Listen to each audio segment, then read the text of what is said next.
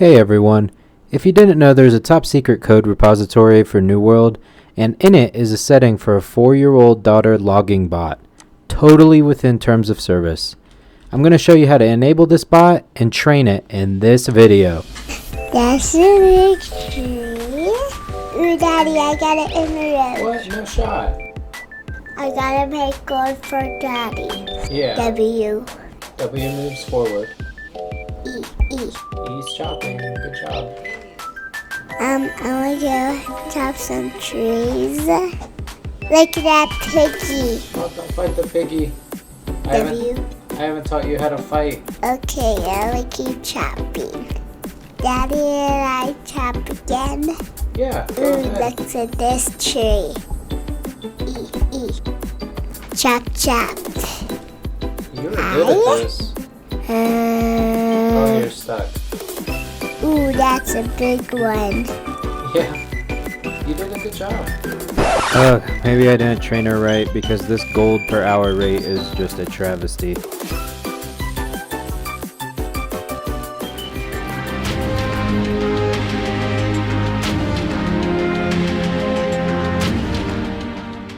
Hey y'all. Hopefully that joke landed well with you. I actually do let my daughter chop trees on my account from time to time, but that is definitely not the advice I was going to share with you today in this video. I have 3 methods to make coin with logging. Admittedly, these are not flashy, and at least 2 of them have been a staple for players since the game is launched. These are reliable, gold-producing farms that capture the essence of that classic MMO grind and are best suited for players trying to get to their first couple 100,000 gold. While I can get to higher gold per hour options with my account that has several thousand hours on it, these methods were amongst some of the ones that got my character to where it is now, and hopefully these methods can help newish characters get bankrolled. Even lately I've been revisiting these methods when I'm working from home, and I can't fully commit to a mutation or even an elite chest run. The best part about these methods is that you're farming items with near guaranteed results, as the items you track down are always going to sell.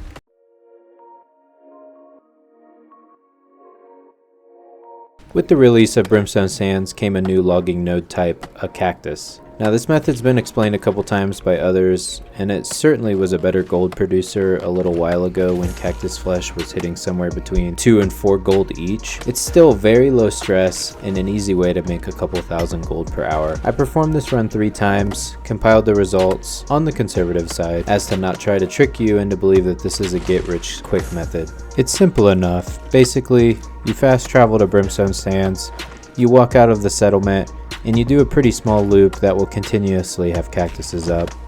The items I'll highlight are cactus flesh, sandstone chunks, and iron hide. There are other peripherals that you can gather and will likely get some during this run, notably prime red meat, and motes if your logging axe has the mote bonus. In 3 runs, this is the amounts of each I was able to get in 1 hour. Now I wasn't having the fort bonus or any logging town buff, but I did use a proficiency booster. Also, I was running 300 con for the likelihood to one-hit a cactus. Using the market prices from my server, I was getting somewhere between 3,500 and 3,700 gold per run, all with 1-day listings.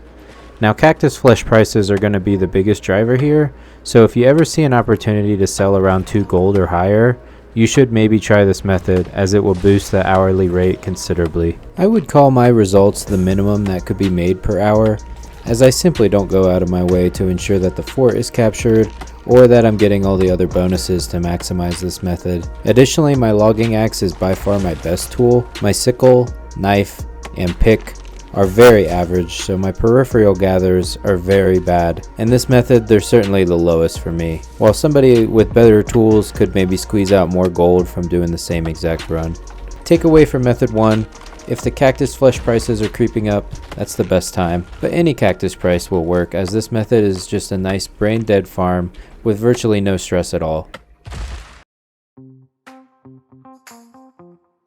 The second method involves collecting as much green wood and aged wood as you can possibly gather, then converting it all to charcoal. This method served me well far before I reached level 60, as other players are constantly realizing that they need charcoal for smelting things, like their Asmodium dailies, and they're just too lazy to go farm it themselves. Of all the methods in this video, this one requires the most nuance. First, I recommend that you play either Decidingly Dexterous Song, which is a 75% gathering speed bonus, or the 10% gathering yield. I actually think speed might be better for this method only, as there's usually an abundance of nodes, and you're not combating node respawn timers. Second, I recommend you try to use both First Light's Fort, which grants 10% refining bonus, which admittedly can be hard to capture on some servers, and as much smelting gear as you can. Other than that, the method is pretty easy. Go outside any town, preferably one that your faction owns, for a 10% gathering bonus, and start chopping young and mature trees. Don't bother discriminating between them, as you will commonly one-hit them with your 300 con bonus anyway. Also, stay close to town, as you will get more than you can carry in 1 hour, and you will need to offload it in town. In 1 hour, I was able to get over 19,000 green wood and almost 2,000 aged wood. Unfortunately, I could not secure the First Light Fort in this video, but with full smelter gear, I was able to convert that to just shy of 14,000 charcoal. If you want instant money, you can almost always secure buy orders for around 0.25 gold on my server. However, these prices fluctuate the most. I would definitely consider this in my point about nuances. Sometimes charcoal can be really cheap because the market gets flooded, and sometimes it can creep up to nearly 0.4 or 0.5 gold each. If you see about 10,000 to 30,000 worth of buy orders on the market for over 0.3, I would go run this method and just get the instant cash. That said, you can list these for sell orders for about 0.1 more each, and they will certainly sell with a little time, usually within a few hours, but sometimes just getting that instant cash feels good. I was able to instantly sell all of my charcoal for 0.32 each for a payday of about 4,400 gold.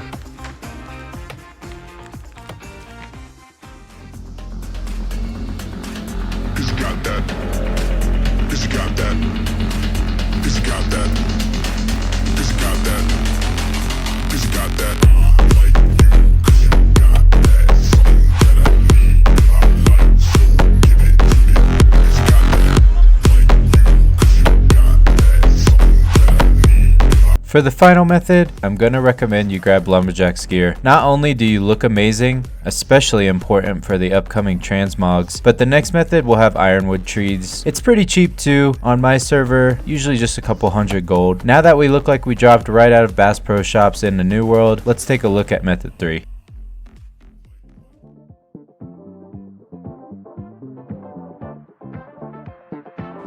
Method 3 involves the elite zone in Restless Shores, Eridanus, or Eridanus, which, fun fact, refers to one of the largest constellations and is often called the river. Anyways, this zone is an absolute goldmine. Of all the methods, this one is the most stressful, but still pretty low stress. Causes of stress are going to be enemies, which are not super hard angry earth, but they are strong enough to kill you if you are completely AFK or not paying attention, and this method's not a secret to some players, so there might be competition. Even with competition, this zone produces, but if you have no competition, this place is unbeatable. There are a lot of high value gatherables here, including ironwood, barb vine, wildwood, weirdwood, silk threads, and wire fiber. This method also has a chance to gather the extremely expensive drop of ironwood sap, the Thwarting Strikes crafting mod. I've seen these go as high as 10k before, but lately they sit fairly stable around 3,200 gold on my server. This is the reason I recommend the Lumberjack set, as getting even a single one of these will magnify your profits for the run. Ironwood sap does only drop at a certain luck threshold, so you will need to eat some cabbage to hit that threshold. The reason this zone is so awesome is that the ironwood and weirdwood trees are built into the zone. They're supposed to block entrances and be interactive. As a result, the spawn timers do not behave like normal spawns outside the zone. They are much faster here. Additionally, they're tightly clustered, so you can see all the nodes right away as they spawn and quickly go chop them down. In 3 runs, here was my results. Sometimes I had competitors for a couple minutes, sometimes I didn't have any competitors. On my server, weirdwood actually goes for a higher price than ironwood, and this area has 3 times the amount of weirdwood as it does ironwood nodes. All the results are based on 1-day listings, and none of them expired. Run 1 got me excited. I was able to bag 1 ironwood sap and ended up with about 9,500 gold in this run.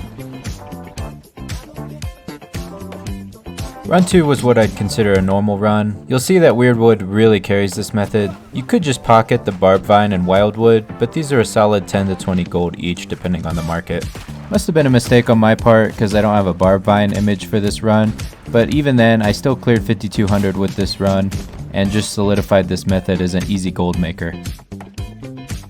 So takeaways for method 3 are there are more mobs and more competition, leading to slightly more stress in this method than the others. Utilize logging luck for ironwood sap as it will boost your hourly rate by a lot. I'd say this rate probably comes around at 5200 gold per hour easily, with the potential to do more. Another note about this method is if your logging level is not yet 200, this is an excellent way to level from 100 to 200 as you're only hitting the optimal trees.